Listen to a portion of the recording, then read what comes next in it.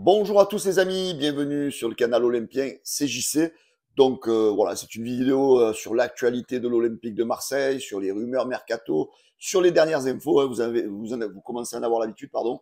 Hier, voilà, vous avez eu droit à une vidéo, vous avez encore été beaucoup les amis à la suivre. Je vous en remercie grandement, hein, je n'arrêterai pas de vous remercier.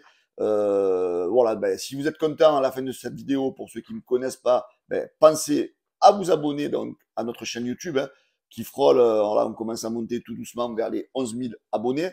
Pour tous ceux qui ont Facebook, vous savez aussi qu'on a une page Facebook qui regroupe 111 000 abonnés. Voilà, on est une belle communauté olympienne où nous organisons des émissions, des lives, etc., etc. Voilà, donc si vous avez envie de nous connaître, c'est sur Facebook, le canal Olympien, ou sur YouTube, la chaîne du canal Olympien. Donc l'actualité de ce mardi, donc aujourd'hui, donc on attend toujours la signature de Zerbi qui devrait arriver à tout moment, hein. Donc la Provence l'a annoncé hier, plutôt en milieu de semaine, hein. Donc c'est peut-être eux qui ont raison finalement. Aujourd'hui, demain, voilà, donc ça va arriver. Ne soyez pas impatients, ça va arriver à 100% quasiment, à moins d'une catastrophe. Mais bon, voilà, on peut être rassuré. Roberto De Zerbi sera le coach de l'Olympique de Marseille la saison prochaine. Ce qu'on a appris hier, en plus de ça, pour justement nous conforter dans cette idée, c'est que Giovanni Rossi, donc qui est ami avec De Zerbi, qui ont travaillé ensemble à Sassuolo, voilà, beaucoup de complicité entre les deux hommes, va aussi rejoindre l'Olympique de Marseille pour un contrat de 3 ans comme le coach. Donc voilà, donc ils vont travailler, je veux dire, avec une grande proximité. Pablo Longoria le connaît très bien aussi, ils ont travaillé ensemble entre 2013 et 2015 à Sassuolo. Voilà, ça sera un petit peu l'homme. Alors hier, il avait été annoncé comme directeur sportif. Bon, a priori, il ne devrait pas marcher sur les plates-bandes de Benassia. Chacun aura son rôle plus ou moins défini. Alors lui, il fera a priori le lien entre le staff et la direction. Il assistera au quotidien aux entraînements de Zerbi. Voilà, ça sera l'homme qui sera à la fois autour de la direction et à la fois sur le terrain.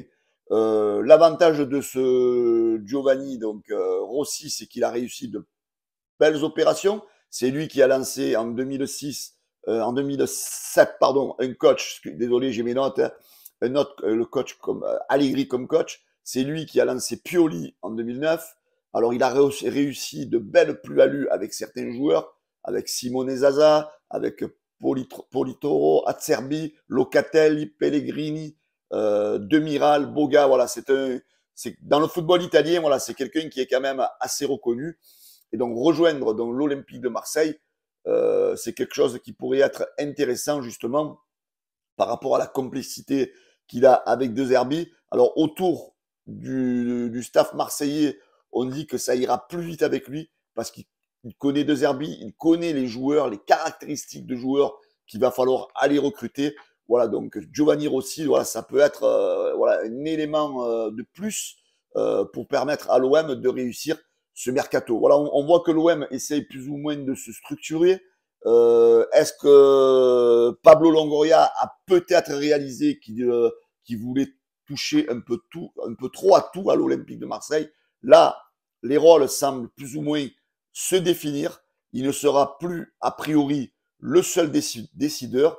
Voilà, on a l'impression que le club se restructure. Le club a l'air de se restructurer à l'italienne. Alors en plus de Zerbi et de Rossi qui vont rejoindre l'Olympique de Marseille, on apprend ce matin que dans l'équipe, du côté donc de la direction olympienne, on estime en lui qu'il a un profil intéressant.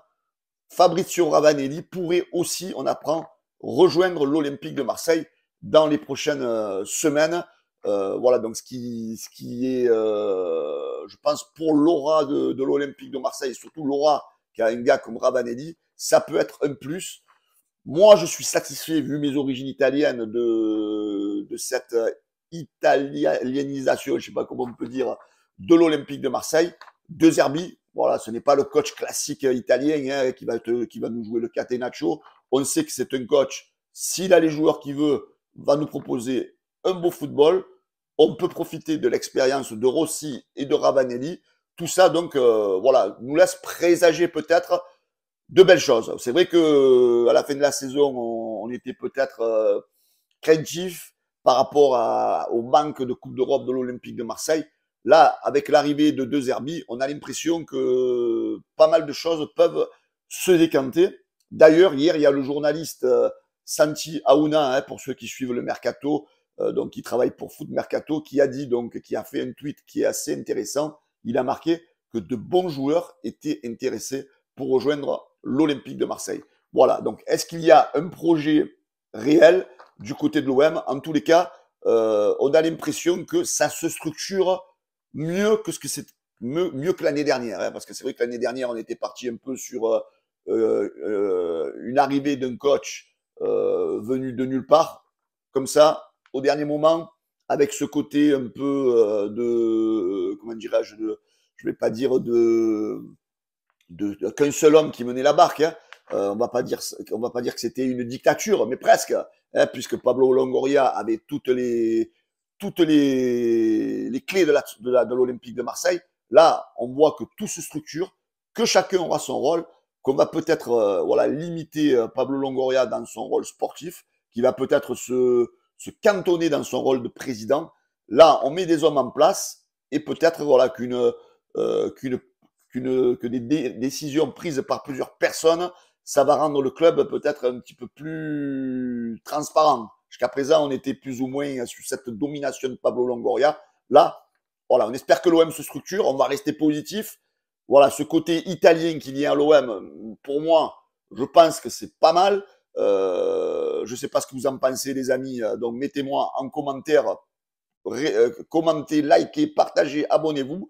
Donc, ça me permettra à moi de progresser et d'avoir aussi vos avis. Ensuite, on a appris hier donc que finalement, l'OM, par rapport à Vitinha, devrait récupérer 20 millions d'euros plus des bonus. Donc, selon Sébastien Nonda, le journaliste, donc ce qui est pas mal, hein, à la limite, on arrive un peu à limiter les dégâts, et que la clause de rachat donc pour Vitinha est de 42 millions. C'est-à-dire que si l'OM décide à la fin de la saison de vouloir racheter Vitinha, l'OM aura une clause de priorité à 42 millions d'euros, comme ils avaient signé à l'époque avec Braga, une clause à 60 millions d'euros, que si Braga avait voulu racheter le joueur, ils auraient été prioritaires. Voilà. Ensuite, on apprend aussi que chez les jeunes, ben ça, il y a des jeunes qui prolongent avec l'Olympique de Marseille.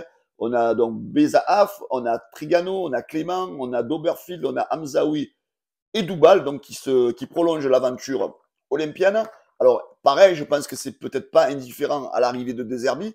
On sait que De Zerbi est un coach qui fait tourner, qui fait du turnover et qui fait jouer aussi les jeunes. Donc, en espérant que les principaux jeunes comme Sternal, Dossou, le gardien, puissent, avec cette arrivée de De Zerbi, avoir l'envie de prolonger l'aventure avec l'Olympique de Marseille. Voilà, les amis, c'était l'actualité de l'OM de ce mardi. J'espère que ça vous a plu. En tous les cas, vous êtes de plus en plus à la suivre sur le canal Olympien. N'oubliez pas, les amis, le petit pouce bleu, le partage sur Facebook et de vous abonner, bien sûr, en masse à la chaîne du canal Olympien. Je vous souhaite à tous une excellente journée et je vous dis à bientôt. Ciao, les amis.